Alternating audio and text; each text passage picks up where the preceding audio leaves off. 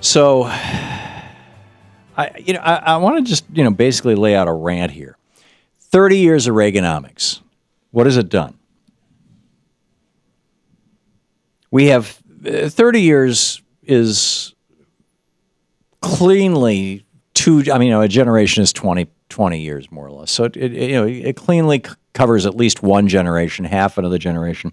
Really, it's bled into a third. You got the baby boomers, you got Generation X, you've got the millennials.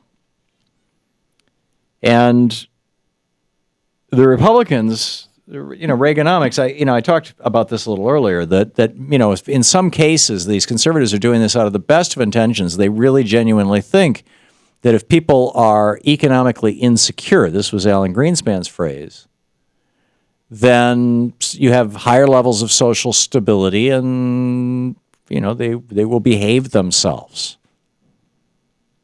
Social stability is an important thing in the conservative world. But the fact is that in the 1950s and 60s and 70s, we had continuously growing incomes, and the 40s and the 30s, continuously growing income in people's families. And it grew at about the same rate that productivity grew. So as companies were able to get more and more work out of their employees, they paid their employees more for that work.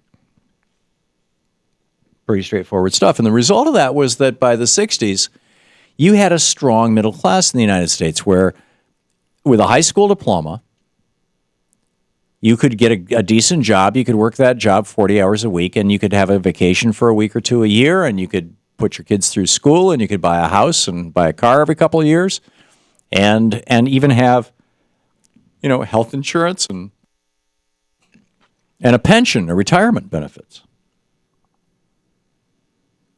People actually save for their retirement.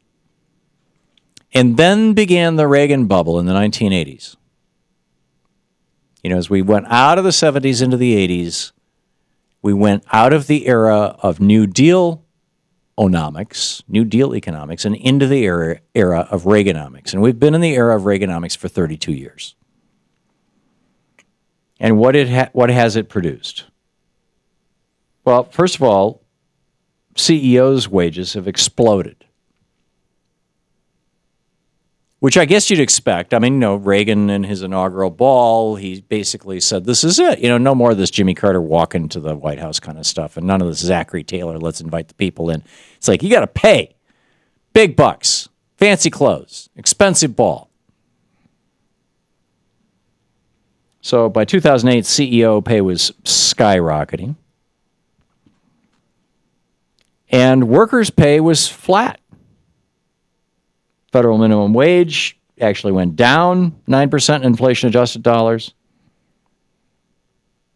Production workers' pays went up 4.3% from 1990 to 2005. Not much. You include the Bush crash, and it's actually gone down. Corporate profits, however, up over 100%. The S&P up over 140%, and the pay for CEOs up over 300%. Average hourly earnings have declined. Before Reaganomics, average hourly earnings $20 an hour. Now around $18 an hour.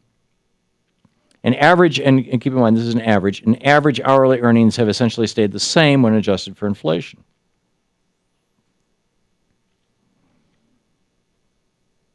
So what has filled in that gap? Income growth has not gone up, but things have gotten more expensive. Life has gotten more complicated. We've shifted a lot of expenses into people's lives that used to be paid not by them. For example, education. 30 years ago, you could have a high school diploma and get a decent job and raise a family, which means that your educational costs were zero. 100% of the cost of education was borne by the government. Go to a public school. Right? Now, you basically have to have a college degree to even qualify for entry-level jobs in many places. And that 4 years of college is not paid for by the government. And increasingly, it's going to take a year or two of preschool, particularly if two people in the family are working.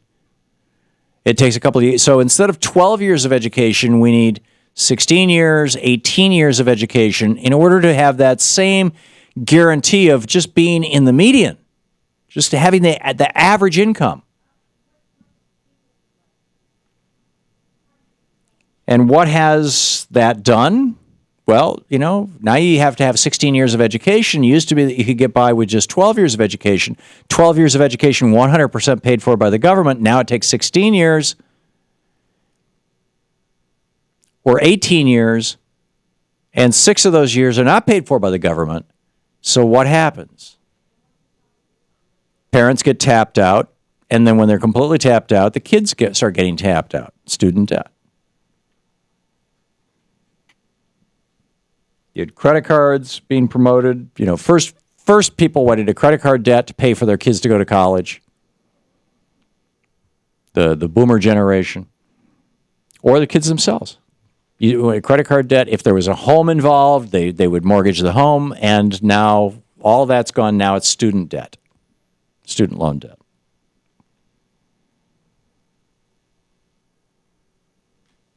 Before the so-called Reagan Revolution, we actually had positive savings. The average savings rate for Americans before the Reagan presidency was around 10%. Got as high as 11% in the 70s. Now it's negative. It's zero. It's below zero. So debt is strangling our economy.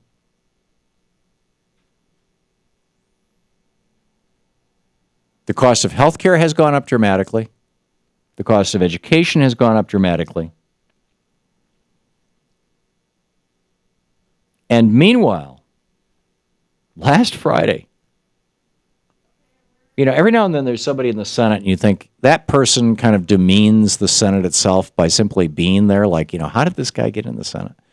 Senator Ted Cruz of Texas. Should be Ted Cruz, parentheses, C for crazy. Or T for Tea Party. Anyway, the Tea Party senator from Texas. He said we need to completely privatize federal student loans. So you owe your money to the bank, and the bank can charge whatever they want. In other words, no more low-interest rate loans for students. Somebody's going to make some serious money off student loans. Well, not that they haven't been already. And this Republican plan is going to throw an entire generation of young people into this.